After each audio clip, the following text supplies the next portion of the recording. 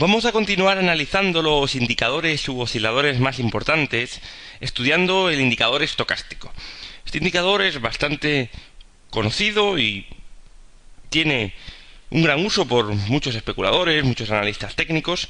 También está aplicado a numerosos sistemas de especulación automática, sistemas de trading automáticos, y es un indicador que se parece bastante o mide lo mismo, o por eso digo que se parece bastante, porque tiene una gran similitud con lo que es el RSI, no en cómo está construido, pero sí en cómo se interpreta o qué es lo que mide.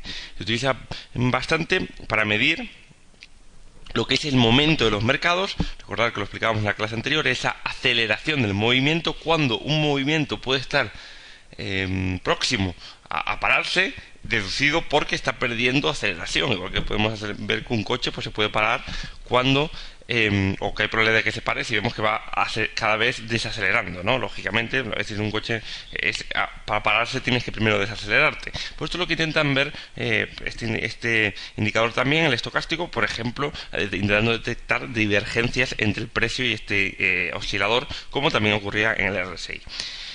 El estocástico fue un indicador que creó George Lane en su libro Technical Analysis of Stocks and Commodities, y vamos a tratar primero de explicarlo, de ver su significado, que interpretéis bien qué mide, que realmente es un concepto muy sencillo. Y lo que mide el estocástico sería la posición relativa del precio de cierre de hoy, de un día, del último día de cotización, con respecto a los precios de cierre de los días anteriores dentro de un periodo o de un intervalo considerado. Digo días, pero bueno, como siempre pueden ser semanas, velas, vamos a hablar velas, ¿no? Lo que me diría sería la posición relativa de la vela, de la última vela que ha tenido un valor, de la vela que estamos sintiendo ahora mismo, de la última vela, con respecto a los precios de cierre de las velas de los últimos vamos a poner, porque pasa igual que en el RSI, se suelen utilizar 14 días, de los últimos 14 días. No obstante, nosotros podemos considerar el estocástico para hacer el mismo procedimiento de los últimos 25, 50 o 100 días. Entonces esto es lo que mide el estocástico. Vamos a ver cómo se interpreta, vamos a ir al Excel a ver cómo podemos ver y cómo está constituido este indicador. Vamos también a verlo en un gráfico primero para que veáis cómo funciona, cómo se traza. Vamos a primero incluso a trazarlo, insertar el indicador. En el visor está como stochastic, hay que poner una C, una T, una O, una C, ST o C, y ya más o menos aparece aquí lo veis, stochastic, en castellano vulgar, de estocástico, lógicamente. Y aquí nos viene el periodo. De momento vamos a dejar esto tal cual nos viene, que ya veis que viene 14 periodos, igual que el RSI, porque es el común, el más utilizado. De hecho se dice que lo utilizó Tom Harley, a lo mejor porque había estudiado el RSI y dijo, para el estocástico también le ponemos 14 periodos y ya está, y uno se quedó tan tranquilo, y no es porque sea a lo mejor más óptimo o menos, pero también casi todo el mundo lo utiliza, pues por lo tanto, pues si queremos un poco utilizarlo para añadir el efecto óptimo que podría tener aquí la profecía del autocumplimiento, pues podemos poner los 14 periodos. Pero vamos, que no tiene por qué ser el óptimo. Como digo, Tom Harley, o se dice que Tom Harley en 1991, pues en uno de sus libros, pues comentó que el periodo óptimo eran 14 periodos. Bueno, oye, pues a lo mejor había estado influido por haber leído el RSI, de haber leído a Wallace Wilder, y consideró que este era un periodo adecuado. Bueno, no vamos a entrar en ello, simplemente que veáis que está compuesto por una línea roja y una línea vamos a poner discontinua, una línea continua roja, una línea discontinua gris, vamos a llamarlas así. La línea continua roja se llama K, la línea continua roja es la K, lo que se llama la K del estocástico, y la línea discontinua se llama la D. Que realmente los nombres que le puso fue porque George Lane, es el creador de este indicador, estuvo probando con muchísimos indicadores diferentes, estuvo probando, como lo explica en su libro, con 28, creo que eran tipo de osciladores, y a cada uno le fue poniendo una letra, la A, la B, la C, la D, pues cada uno, pues ahora veremos cómo creó este oscilador. Y al final pues se quedó un poco, como conclusión, vio que los que le daban mejores resultados eran justamente la K y la D, que bueno, los unió y salió el estocástico. Vamos a ver entonces cómo se interpreta este oscilador, que es muy sencillo. Como digo, la intención que tiene es determinar dónde está el precio de cierre más reciente en relación con la banda de precios de un periodo dado. Vamos entonces a analizarlo. Aquí tenemos de una determinada sección, vamos a analizar la línea K, que como veis, que como os voy a explicar, es la línea roja del indicador. Olvidaros de momento de esta, que va a ser una media de la K. Pero la K es una línea roja, es esta línea roja, y se interpreta de la siguiente manera. Es decir, vamos a imaginar que este es un indicador, y aquí tenemos, vamos a poner aquí que es el precio de cierre de hoy. Vamos a indicarlo, no lo tenía, pero bueno, así lo voy explicando. Este es el precio de cierre de hoy de un valor. Oye, pues hoy ha cerrado en 20,30. Este es el mínimo del valor. Estos son los parámetros que utiliza. Este es el mínimo del mismo valor. Imaginaos que esto es Telefónica. Precio de cierre 20,30. Voy a cerrar a este nivel. Mínimo del valor en los últimos 14 periodos. Si estamos hablando de que es el indicador con 14, si fuesen 25 sería de los últimos 25 y probablemente sería más bajo. Y si fuese de los últimos 100, pues sería el mínimo de los últimos 100. Bueno, entonces este es el mínimo del valor en los, vamos a poner, de los últimos 14 periodos. Vamos a poner 14, pero no es que sea 14 por definición, sino es 14 porque nosotros al poner los parámetros le ponemos que mide los 14 últimos días. Si le ponemos 25 será el mínimo de los últimos 25. Bueno, luego tenemos el máximo de esos 14 días. Máximo 14, vamos a poner.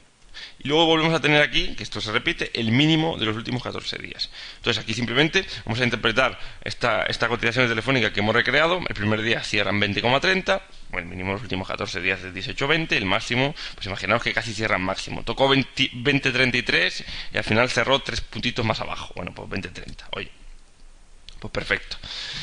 Luego tenemos que, por ejemplo, el precio de cierre al día siguiente, pues cierra en 20,01, baja un y pico %. Bueno, el mínimo de los últimos 14 días sigue siendo el mismo, el máximo es el de ayer y el mínimo de los últimos 14 días pues sigue siendo el mismo. Al día siguiente baja bastante, baja 19,33. Oye, el mínimo sigue siendo 18,20, el máximo 20,33 y el mínimo 18,20.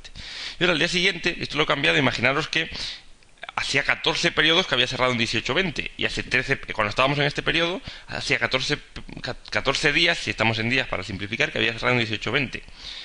Y sin embargo, como pasamos un día más, ya nuestra ventana temporal ya no coge, tendría que coger 15 días para poner un mínimo de 18,20. Como ahora coge 14, pues ya coge el siguiente mínimo, que sería 18,45. Sería como que hace 15 días el valor subió de 18,20 a 18,45. Por lo tanto, como estamos mirando 14 valores, cuando miramos en nuestra ventana temporal, imaginaros que aquí, que este es el 14, bueno, vamos a contar 1, 2, 3, 4, 5, 6, 8, 9, 10, 11, 12, 13 y 14. Bueno, vamos a imaginar que es este. Vamos a poner un mínimo por ahí. Vamos a imaginar que es este. Oye, que estamos por aquí. Estamos mirando por aquí el indicador. Pues este día el mínimo es el mínimo de este día, que es 31,36. Porque hay 14 periodos hasta aquí. Y justo cuando pasamos al día siguiente, que ya al 12 periodos hasta aquí, ya el mínimo no es el del día este. Ya no sería, vamos a poner el caso 18,20, sino sería 18,45 del día siguiente. Bueno, de todas formas, la formulita es bien sencilla.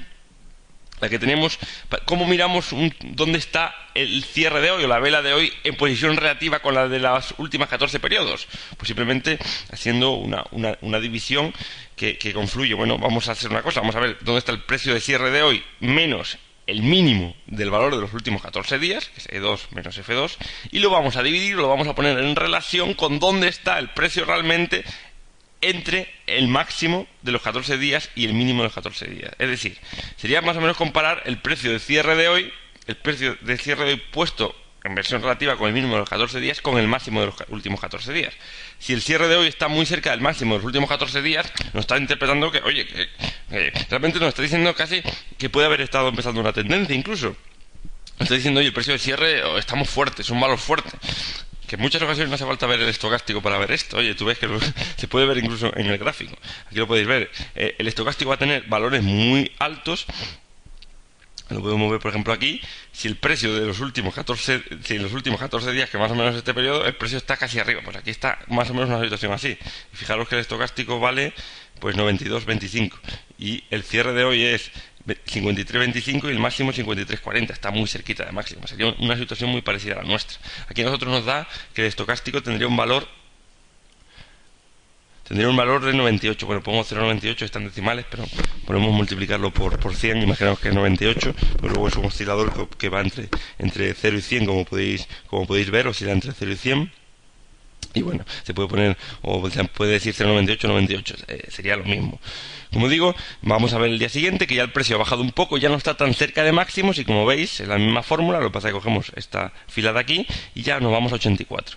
La siguiente sesión, que claro, el precio pega un bajón bastante de 3%, el indicador estocástico de relativamente ya no está nada cerca de los máximos, ya no está, se está alejando de los máximos, por lo tanto esa relación pues ya nos dice que está más o menos a 50, está no lo interpretéis así, pero más o menos está un 50% lejos entre lo que es el máximo y el mínimo de las últimas 14 sesiones, se encuentra más o menos en el 50%, es decir, si sigue bajando, mira, al día siguiente está 19.11, el mínimo además ha subido, por lo tanto se interpreta que el estocástico, la línea rápida, la K del estocástico está muy cercano, está más cercano ya a mínimos que a máximos de los últimos 14 sesiones, así es la interpretación, y aquí lógicamente está más cerca de máximos que de mínimos de las últimas 14 sesiones.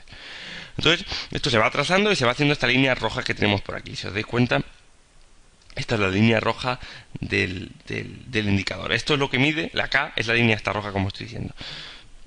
La línea lenta, que se llama D, que es esta línea discontinua, es simplemente una media móvil de la K. Es decir, es una media móvil de esto. Pues aquí sería, voy a poner aquí la D, perdón, sería pues una media, esto igual a, vamos a poner a promedio de esto. Entonces esta media va tirando, bueno, aquí sería, si suele ser de tres periodos, pero se puede poner también si queremos de 5, podemos poner aquí, por ejemplo, ahora sería el promedio, esto es una ventana móvil, y aquí sería el promedio de estos 3 de aquí, ¿no? Lógicamente. Bueno, pues veis, ay, algo hecho mal, vamos a darle para atrás, sí, igual a promedio de esos 3.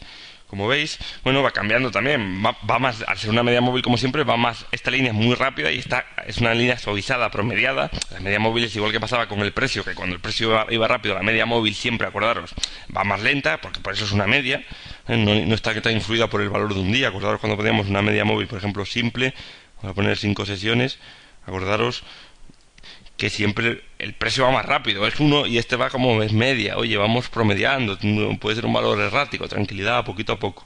Lógicamente, cuanto más larga sea la media, más lenta va. Pues igual pasa con la media K. Como podéis ver, podemos llamarle, el indicador, repito, está en indicadores estocásticos.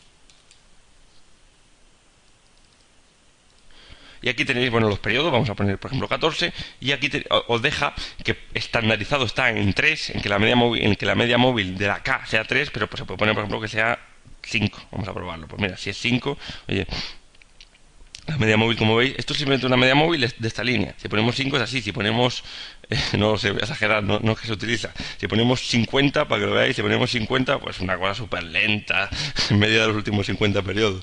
Si ponemos 3, pues que es más o menos lo que se utiliza de forma estándar, pues es más rápida, va casi atada a él. No se mueve tan rápido, pero es como una media móvil de 3 aquí, pues va casi pegada al precio. Parar aquí la media móvil de 3, va pegada al precio, casi al unísono.